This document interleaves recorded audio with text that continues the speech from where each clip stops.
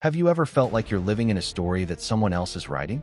That the plot points of your life, where you work, what you buy, even what you dream about, feel just a little too familiar, a little too neatly arranged? It's a strange sensation, one that's been creeping up on me lately. I'm Ibnul Jaif Farabi, and this is the unraveling thread. I was on the subway the other day, hurtling under the East River, and I saw an ad for a new apartment complex.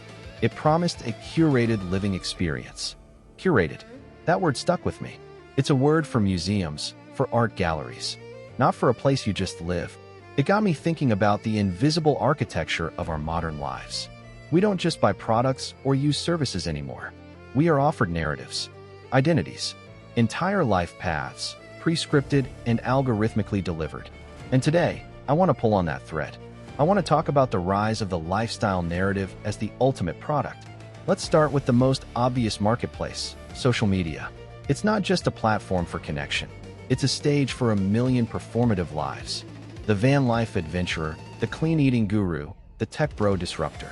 These aren't just hobbies. They are packaged narratives with aesthetic rules, required purchases, and a clear storyline, from struggle to enlightened success. We consume these stories, and in doing so, we are sold a template.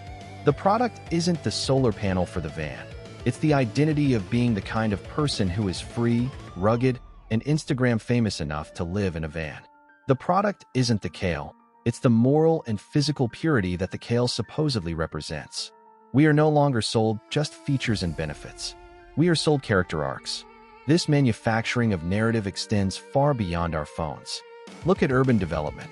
Neighborhoods aren't just neighborhoods anymore. They are branded. The Historic Arts District, the Innovators Corridor, the Sustainable Green Living Community. These are storylines.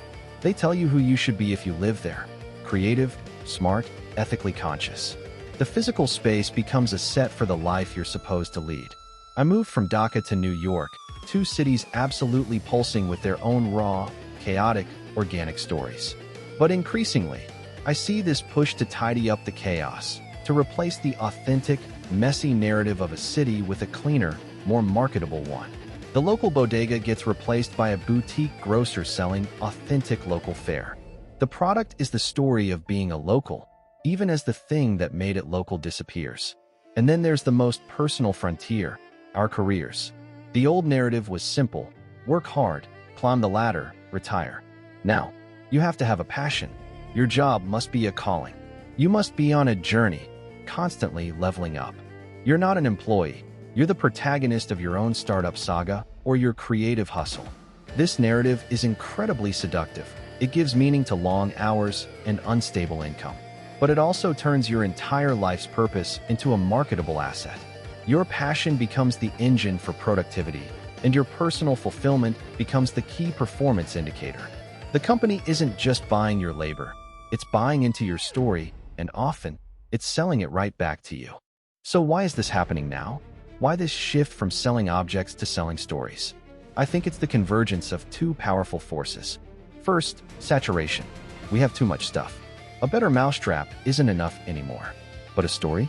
A story about how this mousetrap aligns with your minimalist, eco-friendly values? That's unique. That's powerful. Second, and more profoundly, it's about a deep, human hunger for meaning in a fragmented world.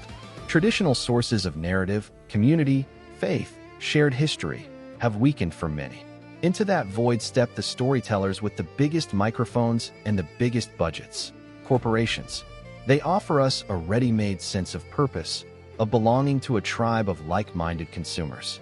It's a prefabricated identity, and it's available for a monthly subscription fee. This isn't inherently evil. A good story can inspire, can bring beauty and order to our lives.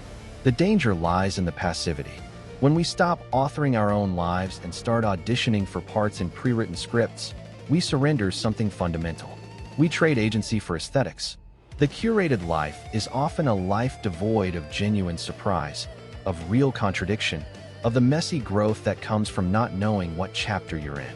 I think about my own journey. An engineer from Bangladesh building a life in New York, running a studio, hosting this podcast. That doesn't fit a clean template.